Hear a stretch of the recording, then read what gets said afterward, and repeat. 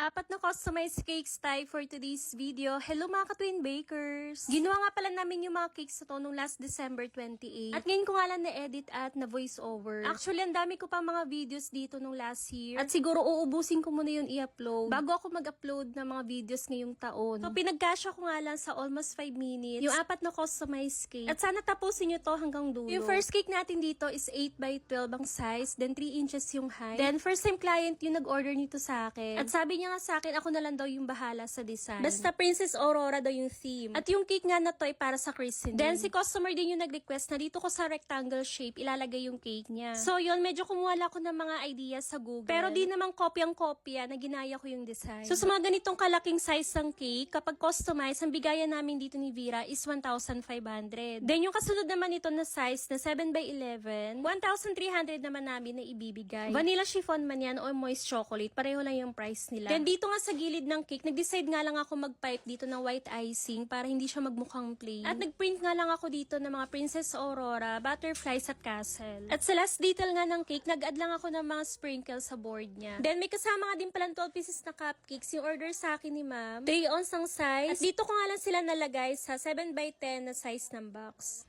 At ito na nga yung final output ng ating cake. Nakalimutan ko nga ilagay yung tatlong fairy godmother dito sa design. Huli ko na nga napansin. Then proceed tayo dito sa next cake. Ang size ito is 7x5. Moist chocolate with chocolate ganache and yema fudge filling. So, red nga pala yung color ng base natin dito. Kinapalan ko nga muna yung unang frosting na niligay ko dito. Then, manipis na color red na lang na icing. Yung final frosting. Tapos, may color black na icing dun sa bottom na part. So, yan. Medyo feel ko nga gamitin tong metal scraper ko. Nabili namin yun ni Vera nung last Cake Fiesta Manila. So, Petraco color red nga pala yung ginamit ko dito para ma-achieve yung ganyan kagandang pagka-red. Nilagay ko na nga dito yung mga printed toppers, gold balls, biscuit, at gold rajes. At ito na nga yung finish output. 1,300 ko lang to naibigay kay ma'am. Then, ang next cake natin dito is number 7 na cake. Vanilla chiffon din yung flavor ng cake na to. So, ganun pa din. Petraco color red lang din yung ginamit ko dito para ma-achieve yung ganitong kagandang pagka-red. Then, sabi sa akin ni Vera is more on ko lang do sa color yellow na icing. Kasi yung theme na to ay Iron Man. Pati nga dun sa ilalim na bottom part, nilagyan ko din siya ng yellow na icing. Then, sa details, nagkat lang si Vera ng mga Iron Man na pictures at gumawa din siya dito ng mga fondant details. At ito na nga yung finish output. At last, proceed tayo dito sa last cake na ginawa namin nung araw na yun. Ewan ko ba, 2024 na, pero parang baon na baon ko pa din yung pagod namin nung 2023. Grabe kasi nung December, as in buhos talaga ng mga orders. Kaya sobrang nagpapasalamat kami ni Vera sa lahat ng mga customer namin na nagpabook sa amin nung last year. At ito na nga, sa pag-stock ng 3-tier, naka-assemble na siya bago ko siya lagyan ng icing. Yung una nga, medyo kinapalan ko na yung pag-cram coat ko, kaya color brown yung color nito nung umpisa. Then, noong una, plano ko pa sana na ipahidan ko na lang siya ng manipis na color black na icing. Kaso yun nga, medyo ang dami ko nang nagamit, pero hindi ko pa din na-achieve yung gusto kong color black na color ng cake. Kaya nag-decide na lang ako na i-airbrush na lang siya. So, sa design naman ng cake, kailangan ng sugar lace na gold, kaya gumawa na lang kami dito ni Vera. Nag-DIY na lang kami dito ni Vera using sugar lace mix ng Pure Blends. Medyo na-delay pa nga kami dito ni Vera kasi on the spot namin ginawa yung lace na to. Kaya pinapayo ko talaga sa mga nagbabalak gumawa nito na dapat advance talaga yung paggagawa ng mga sugar lace. Para maging maganda yung texture ng sugar lace, maging flexible yung texture niya. So sa dito nga binawasan ko to kasi medyo malaki kain niya sa cake. Gusto ko kasi yung sakto lang. Anyways, ito nga pala yung pinasa sa aking inspo ni ma'am. Bali change color lang ng theme. Black and gold nga yung gusto niyang color. So yung ginawa ko nga dito is color black yung all base ng cake. Then yung color ng lace is color gold. So yan, kung napapansin nyo nga, medyo nagkakapunit-punit pa nga yung sugar lace namin dito ni Vera. Pero alam na namin yung technique. Sa susunod, kailangan advance na namin gawin ito. Alam nyo ba, akala ko nga hindi matutuloy itong booking si ma'am sa akin. Kasi no last convo namin is nung October 2023 pa. Then yun nga, nagchat sa akin ulit nung 3rd week ng December na tuloy nga daw yung debut ng kanyang anak. So sa color nga ng flower, nag-decide na lang ako na color white yung color para hindi mag-contrast dun sa black and gold. At feeling ko naman, naging maganda naman yung kinalabasan niya. Pina-customize ko nga din pala yung name dito ng celebrant. Medyo di pa nga ako nakontento dito. Nagdagdag pa ako dito ng gold na butterflies at gold na non-edible balls. In-arrange ko lang sila ng maayos para hindi naman siya magmukhang OA. At ito na nga yung final output. Pasado na ba sa inyo mga ka-twin bakers? Good feedback naman tayo kay ma'am na nag-order ng cake na to. Na-satisfied daw sila. Thank you so much Ma'am